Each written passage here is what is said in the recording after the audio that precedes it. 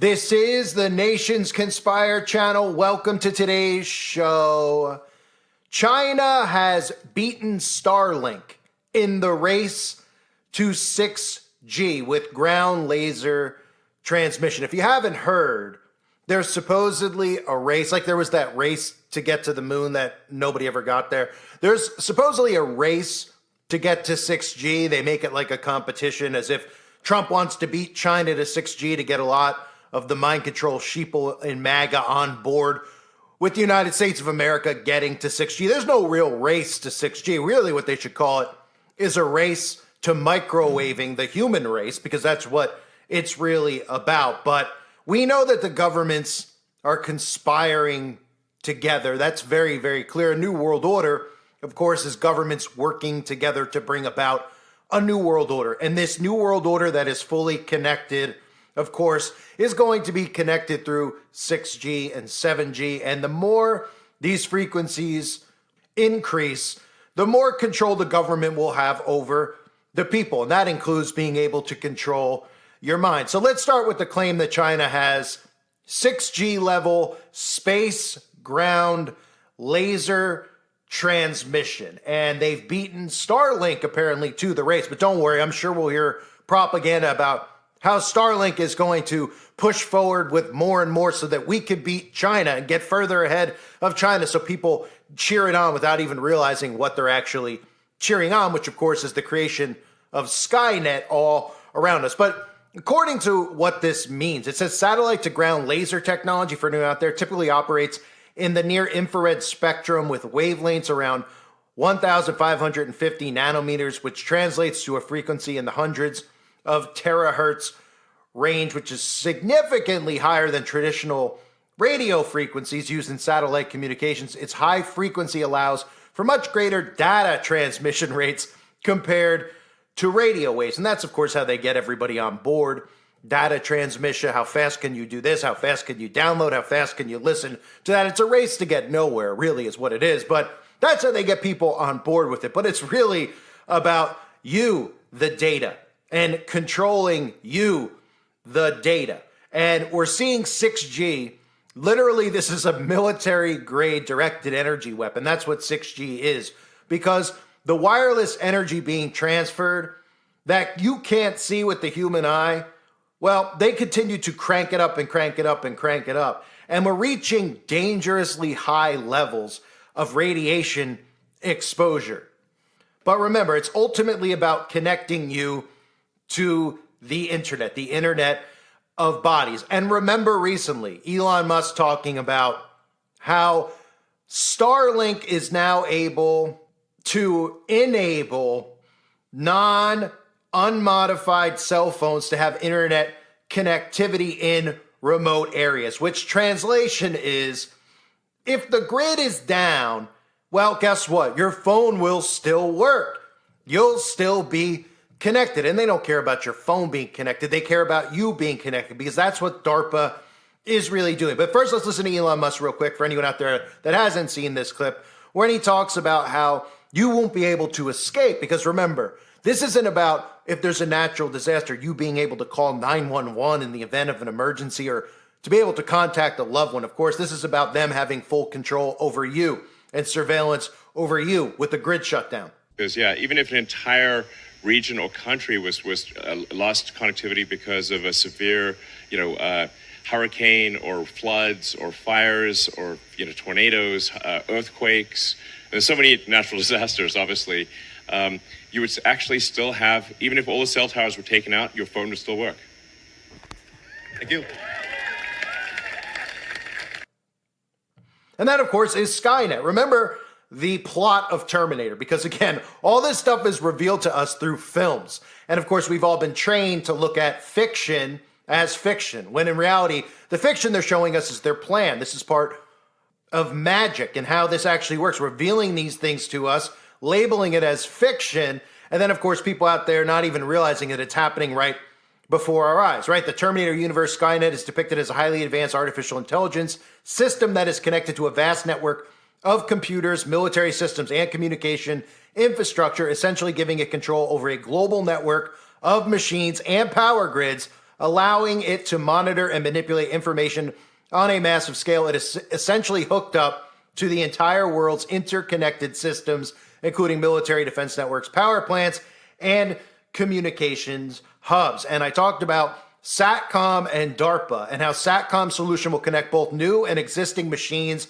through satellite internet service and satellite terminals. And this is all about, again, computer to brain interface. The further we advance, the further we allow, I should say, because they already have this capability. It's about unleashing it on the world and watching how you respond to it, if you accept it or you reject it. And the majority of people don't even understand it, so naturally they accept it. And then when they're told that it's a race to 6G, it makes the sheeple want 6G more because they hear, wait, they're going to get 6G before us? I don't even know what that means, but I want 6G. I want 7G. I want 666G. Sure, why not? Wait till your head explodes like you're in the movie Scanners. And Elon Musk talked about how smartphones are going to become obsolete. BCIs like Neuralink are the way forward. This type of tech is to be able to control on a mass scale human beings. The interface that they're talking about is your brain hooked up to this technology. This is the Internet of Bodies. Remember in the Matrix, the battery turning you into this. This is what they're talking about. Injectable graphene-based liquid crystal self-assembles via 5G fields, connects to 6G once it self-assembles. This is the mixing of iron and clay. Here is a look at it for anybody out there that's trying to figure out what it is that they're trying to do. Keep in mind, the cell phones will be obsolete. We have many big tech companies, including Elon Musk, over at Tesla, Starlink, SpaceX, who even has his newest model of a phone release, talking about this is it. The next version of these phones is going to be in your body. And people out there can't seem to grasp what that means.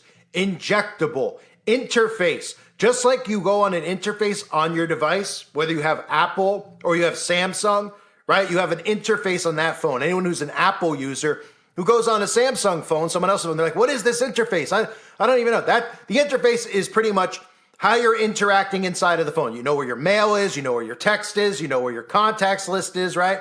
The interface is going to be something that you're going to be able to see through your own eyes in front of you. What do you think Google Glasses, Google Lenses for? It's a transition, right? You could put those glasses on and see an interface like a computer screen right through the eye lens, right? Apple released the contact lenses. I talked about that a couple of years ago. How people don't see where this is going is beyond me.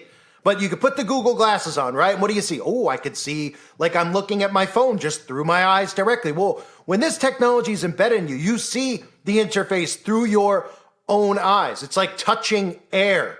They've prepared you for it. They've conditioned you for it. And guess what? It's not so that you could be enhanced. It's so that they can control you. And they need your compliance for this. And your compliance is just literally by being willfully dumb and going along with the next generations of these phones to eventually having it embedded, to accepting it and allowing it. That is your compliance. This is what it looks like. I wanted to ask when you all think we're going to move from this form factor to something that's on your face, glasses, and when computing's all on the edge. All right, 50 seconds. Who wants to answer quickly? I think it will go. It will. First of all, it will definitely happen. I was talking about 6G earlier, which is around 2030. I would say that by then, definitely the smartphone as we know it today will not anymore be the usual kind of the most common interface. Wow. Many of these things will be built directly into our bodies. The U.S. government's Defense Advanced Research Projects Agency to develop what they call Next Generation Non-Surgical Neurotechnology, designed to allow the human brain to directly interface with machines. Know that DARPA is exploring human-machine interfaces that include direct connections between the brain and outside systems. We could have a sensor maybe on the surface of our head, or maybe implanted somewhere in our body, in our brain, or something. that allows us to interact directly with our communications gear, our processing gear, our weapon systems, and so on. You put this sensor on and you think the right way, and you can increase the speed of the fan by thinking and controlling that thought with direct-to-mind or mind-machine interfacing. But there are those who believe that this same technology could also be used by DARPA as a new form of mind control. Like their counterparts at the CIA, DARPA-funded researchers have spent decades investigating how the human mind can be altered. Project Pandora, which studied the possibility of using microwave radiation to control human behavior. But DARPA's investigation of how machines can affect and possibly control the brain continues to this day. There are explicit programs of DARPA to read and write to human brains. We can send instructions and information to an actual person distance with this kind of technology to let another person control their actions. DARPA may possess the technology to remotely control the human mind. A more permanent kind of mind control technology is looming, and it involves modifying the human brain by altering the human body. And you put these pieces together that can be injected. What we've designed, and we've done this very, very quietly, but we're glad to now release it to the world, is this idea of Teslaphoresis, which is a discovery we made several years ago, and we've been developing it.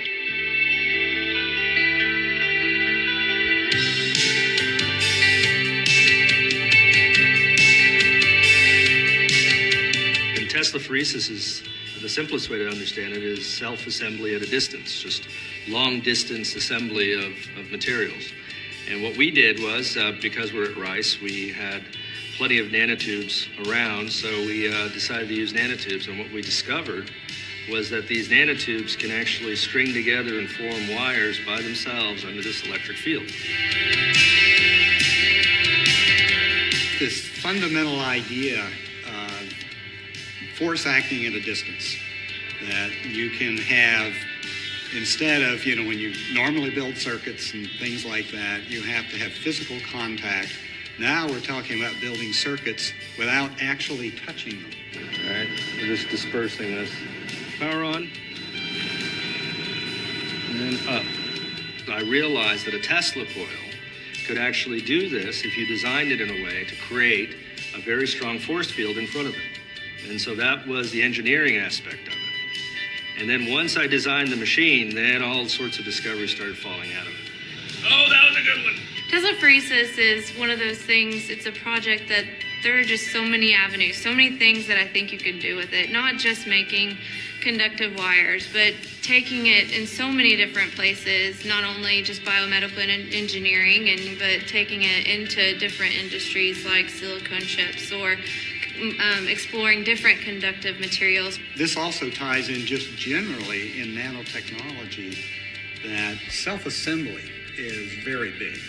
That is, if you can get things to build themselves, just as in biology, we build ourselves. When my son saw it, he called them webs. He thought it was like Spider-Man shooting webs out. And it really is. It's very much like a web sort of stringing out together. So obviously we know that things like the Neuralink are injectable. They could go into, in fact, we all already know that people have already undergone this experiment, which is why so many people were hooking up to Bluetooth randomly after, of course, they put that special something inside of their body a few years ago. And they went out of their way to censor anyone who talked about it at the time. In fact, making it so difficult to upload the content that they removed millions of people off of the internet for pointing out what they did. And of course, they went on a massive misinfo, disinfo stampede where they had to use humor to make it seem like we were all completely out of our minds, when all one has to do is look at the government patents and look at what DARPA and your military are doing. And of course, they're doing all this stuff, and then they're slapping brands on top of it, right? This is military applications that they're telling you is being sold via Apple, via Tesla. That's what's happening here, making you think, well, I'm going to go buy this cool new technology that some really great inventor came up with. This is military. This is globalist government type of technology. So China is in a race with no one, really, because all the governments are on board with this. None of the governments are defending the civilians. It's just a matter of mind control. When they tell you that they're racing to get to the moon, that's how they convince the sheeple that we need to get to the moon, because how could Russia beat America? We're America. We're the best. We can't let China get to 6G first. Come on, Elon. They've got satellites up there before we do. Oh, as if Elon and China are working together, as if all of them aren't working together. This is just a compliance situation where they convince you that, well, we need to get to 6G without even convincing you what the purpose of 5G was in the first place, because nobody noticed the difference, of course. So, ladies and gentlemen, it is a race to microwave, and it is a race to control. And we're seeing it happening right in front of our faces. I thank everybody for being here. Hope you're all doing well. God bless you and your families, as always.